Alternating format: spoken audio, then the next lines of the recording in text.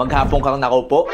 Alam mo bang pwedeng mas maiksi pa yung buhay mo kumpara do sa mga naninigarilyo? Pag hindi na-activate regularly yung ating muscles tulad ng pag-upo buong araw, pwede maipon sa dugo yung mga sugar at mga taba na pwede magresulta sa stroke at sakit sa puso. Sa mga nagyoyosi naman ganun din. Pwede rin maipon sa dugo at sa ugat nila yung mga taba na pwede humantong sa stroke at sakit sa puso. So Dok, parehas lang pala. Ba't sinasabi mo mas maiksi yung buhay pag nakaupo maghapon? According po kasi sa mga studies, kung sino yung nakaupo maghapon, sila din yung may tendency na mag-overeat, kumain ng mga fast food, at uminom ng mga matatamis na drinks. Ibig sabihin, kung nakaupo ka maghapon, mas mataas yung tsansa na mas pangit yung lifestyle mo kumpara sa mga ibang tao. At syempre, kung unhealthy ang lifestyle, mas iiksi talaga ang buhay mo. Pero hindi ko naman po nila lahat. Of course, meron talagang nakaupo maghapon dahil sa trabaho nila, pero still, nababantayan pa rin nila yung kinakain nila. Pero kasi alam na ng lahat na nakakamatay ang pag-iyosi eh. So bakit hindi natin bigyan ng pansin yung mga small habits tulad ng pag-upo buong araw?